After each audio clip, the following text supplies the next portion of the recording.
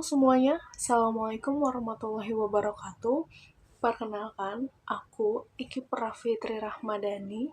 Di sini aku mau menyampaikan materi tentang perencanaan, pelatihan, dan pengembangan sumber daya manusia yang efektif. Oke, kita langsung aja ke materinya. Nah, seperti yang kita ketahui bahwa pelatihan dan pengembangan itu kan udah nggak asing lagi ya di dunia kerja. Hal ini dapat diasumsikan bahwa pelatihan dan pengembangan itu sangat penting bagi tenaga kerja, di mana mereka juga perlu melakukan latihan dan pengembangan ini untuk mengerjakan tugas-tugas mereka. Salah satu fungsi manajemen sumber daya manusia yaitu training and development, yang dimana artinya untuk meningkatkan sumber daya manusia yang baik dan efektif, maka diperlukan yang namanya pelatihan dan pengembangan. Tenaga kerja yang melakukan pelatihan dan pengembangan ini, maka dapat menghindari kemungkinan terburuk dalam kemampuan dan tanggung jawab dalam bekerja, sehingga dapat menyelesaikan tugasnya lebih efektif dan efisien yang sesuai dengan aturan yang diterapkan oleh perusahaan. Pelatihan atau training yaitu usaha yang dilakukan oleh pegawai untuk memperbaiki kinerjanya dan juga meningkatkan kualitas kinerjanya. Sedangkan pengembangan itu proses pembelajaran jangka panjang yang menggunakan waktu prosedur yang sistematis dan terorganisasi. Jadi, pelatihan itu ditunjukkan untuk pegawai yang melakukannya untuk meningkatkan pengetahuan dan keterampilan si pegawai tersebut. Sedangkan pengembangan itu ditunjukkan pada pegawai tingkat manajerial untuk meningkatkan kemampuan konseptual, kemampuan dalam pengambilan keputusan, dan memperluas relasi.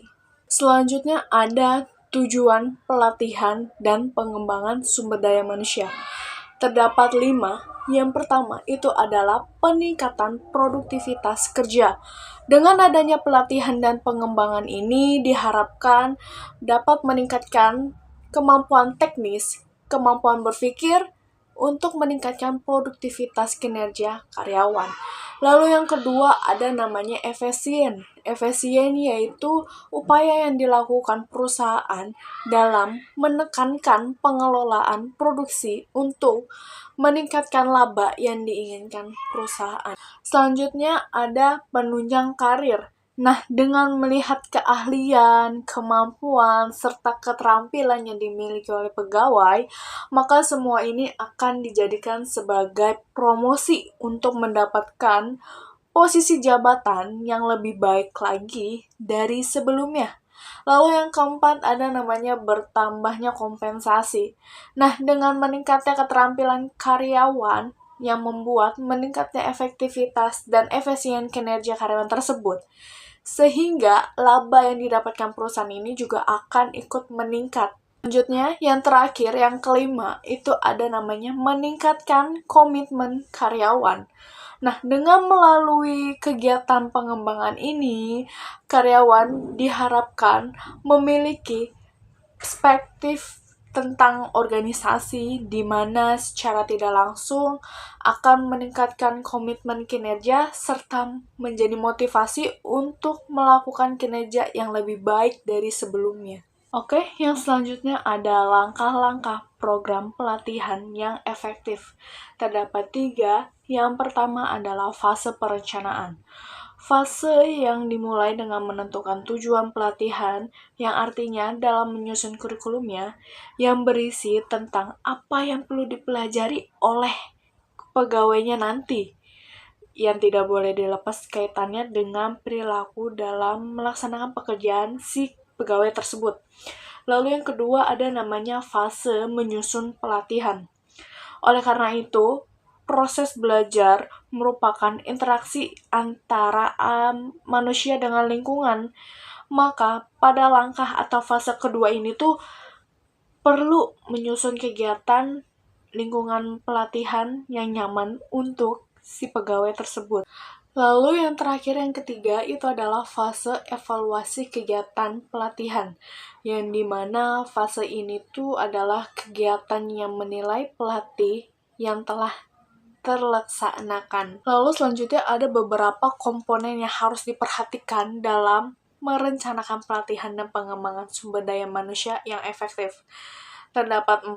Yang pertama itu adalah tujuan dan sasaran pelatihan ini dan pengembangan ini tuh harus jelas dan dapat diukur. Yang kedua itu adalah para pelatih atau trainers harus yang ahli di bidangnya dan berkualifikasi memadai atau profesional. Lalu yang ketiga ada materi pelatihan dan pengembangan sumber daya manusia ini tuh harus sesuai dengan tujuan yang hendak dicapai. Lalu yang keempat, ada metode yang digunakan itu harus sesuai dengan tingkat kemampuan si pegawai tersebut. Selanjutnya ada tolak ukur keberhasilan program pelatihan dan pengembangan sumber daya manusia. Terdapat 5. Yang pertama itu adalah perubahan kinerja. Dengan adanya perubahan dari hasil kerja menjadi salah satu petunjuk bahwa keberhasilan dari program pelatihan dan pengembangan ini tuh benar-benar lancar dan bagus bagi karyawan tersebut. Lalu yang kedua ada perubahan kepribadian dan tingkah laku.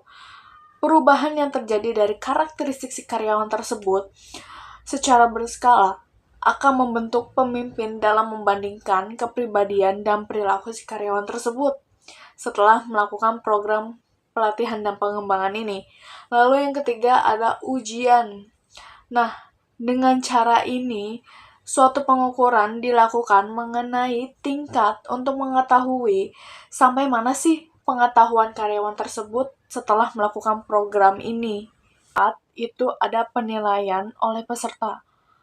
Dalam melakukan penilaian ini, para karyawan sudah sampai sejauh mana sih tingkat perubahan baik sebelum maupun sesudah melakukan pelatihan dan pengembangan ini. Lalu yang kelima adalah pemeriksaan oleh ahli. Dengan melakukan pemeriksaan kembali oleh para ahli untuk mengetahui apakah karyawan ini tuh dapat memahami apa yang sudah dilakukan pada saat pelatihan dan pengembangan sumber daya manusianya. Cukup sampai di sini materi yang saya sampaikan barusan. Semoga teman-teman dapat memahami materi yang aku sampaikan tadi. Terima kasih dan wassalamualaikum warahmatullahi wabarakatuh. Dadah.